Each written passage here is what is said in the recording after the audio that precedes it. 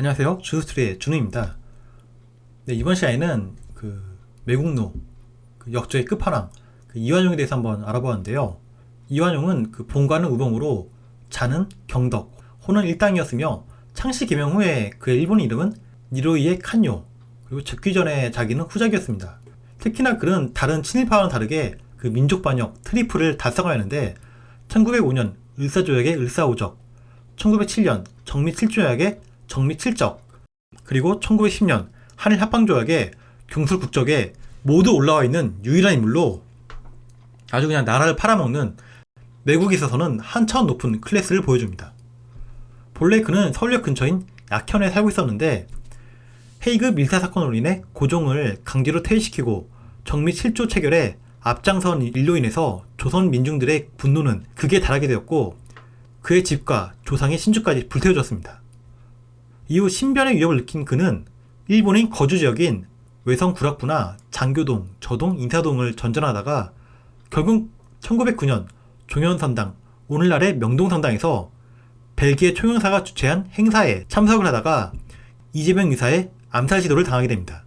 저는 이제 같은 해 1909년에 있었던 안중근 의사의 이토 히로부미 저격처럼 암살에 성공하지 못해 조금 아쉬웠었는데, 근데 다행히 이완용은 이재명 의사의 거사로 인해서 꽤 많은 고통을 겪었다고 합니다.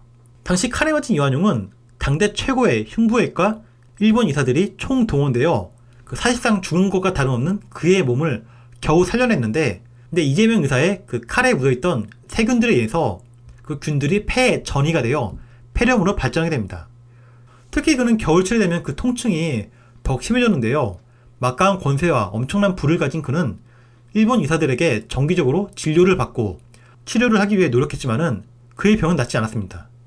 나날이 쇠약해져가는 몸 상태와 다르게 그의 재산은 반대로 나날이 늘어났습니다. 그는 죽어가는 와중에도 나라 팔아먹는 일을 게을리하지 않았는데 대표적인 예가 1921년 7월에 있었던 일입니다. 당시 일제 총독이었던 사이토 총독에게 조선 왕궁 창덕궁을 일본 왕실의 별궁으로 만들자는 제안을 하기도 했습니다. 하지만 불과 2년 전 1919년 3.1운동이 일어나기도 했고, 같은 해인 1919년 9월 2일 서울역에서 독립운동가 강원규 선생님으로부터 폭탄 암살로 죽을 뻔한 일을 당해서인지 사이토 총독은 이완용의 제안을 거절하기도 했습니다. 이완용은 죽기 전에 소유한 부동산만 1억 3,008명에 달했다고 하는데, 참고로 서울의 면적은 약 1억 8,300만 평입니다. 시간을 흘러 해방이 되고 1990년대 친일재산조사위원회가 이완용의 후손으로부터 환수한 토지는 공시지가로 7천만원, 1%도 되지 않았는데요. 일제로부터 받은 재산만을 환수재산의 대상으로 했기 때문입니다. 이완용의 집안의 경우 경술국채에 일어난 1910년 당시 이완용 재산은 지금의 가치로 200억에 해당하는 100만원을 갖고 있었는데, 1907년 고종 강제 퇴위와 정미 7조약 대가로 받은 10만원, 한일 병합 조약 체결의 대가로 받은 15만원을 받았지만은 사실 그가 재산을 불린 방식은 남달랐습니다. 일제로부터 직접 돈을 받는 방식보다는 다른 방법을 사용했습니다. 무상으로 빌린 국유지를 제3자에게 팔아넘기는 파렴치한 수법으로 막대한 수익을 올렸는데, 주로 군산, 김제, 부안 같은 비옥한 논을 집중으로 땅을 매입하였는데, 일제 초기 이완용이 보유한 토지 규모는 여의도의 2배에 이를 정도였습니다.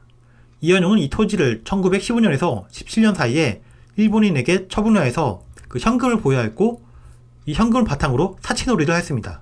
이완용의 증손자인 이우정 씨는 1992년 조상의 땅 찾기 소송으로 서울 서대문구 일대의 땅을 되찾은 뒤에 캐나다로 이민을 갔습니다. 현재 그는 사망하였는데, 캐나다로 이민을 간 그 일가를 제외하고 나머지 이완용들의 후손들은 대부분 재산을 탕진하고 어렵게 살고 있는 것으로 알려져 있습니다.